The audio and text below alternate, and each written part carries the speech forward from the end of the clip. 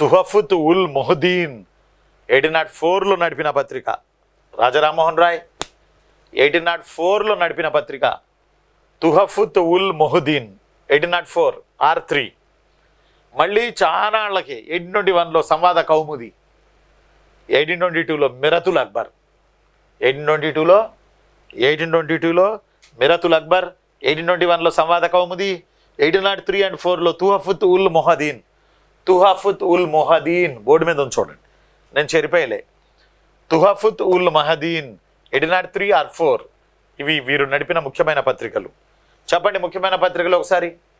రాజా రామ్మోహన్ రాయ్ నడిపిన ముఖ్యమైన పత్రికలు తుహఫుత్ ఉల్ మొహదీన్ 1803 and 4లో, 1821లో సంవాద కౌముది బెంగాలీ భాష, 1822లో మిరతుల్ అక్బర్ పర్షియన్ లాంగ్వేజ్.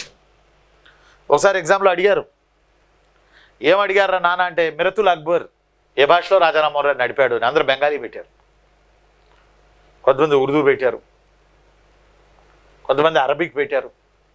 అసలు ఆన్సర్ చాలామంది పెట్టాల. But Miratul Akbar Persian language. ఇంకా విచిత్రం ఏంటంటే ఆప్షనల్ కింద మిరతుల్ అక్బర్ ఇది ఎవరి పత్రిక, ఎవరి అధికార పత్రిక అని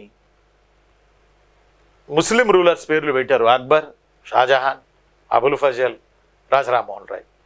పేరు మిరతుల్ అక్బర్ ఉంది. ఇది ఇది ఇది పర్షియా భాషకు చెందిన పత్రిక. ఈ ముగ్గురులో ఎవరో నడిపుంటారులే, ఎందుకంటే మొఘలాయిల అధికార భాష Persia, Mughals official language Persia కనుక పర్షియా భాష అయి ఉంటుందిలే. కాబట్టి రాజా రామ్మోహన్ రాయ్ హిందువు కదా, ఆయన నడిపి ఉండడు అని మనోళ్ళు అంచనాలు బాగా ఇస్తారు కదా, అలా తప్పెట్టి వచ్చారు. But Miratul Akbar it's a Persian language newspaper. This newspaper editor Raja Rammohan Roy. And Sambad Kaumudi it's a Bengali newspaper 1821. అలానే Tuhfat ul Muwahhidin it's a Persian language weekly in the year of 1803 and 4 edit by Raja Rammohan Roy. Yes. అలానే వేదాలను ట్రాన్స్లేషన్ చేశారు, ఉపనిషత్తులను ట్రాన్స్లేషన్ చేశారు. వేదాలను translation చేశారు రాజా రామ్మోహన్ రాయ్ గారు, ఉపనిషత్తులను translation చేశారు రాజా రామ్మోహన్ రాయ్ గారు.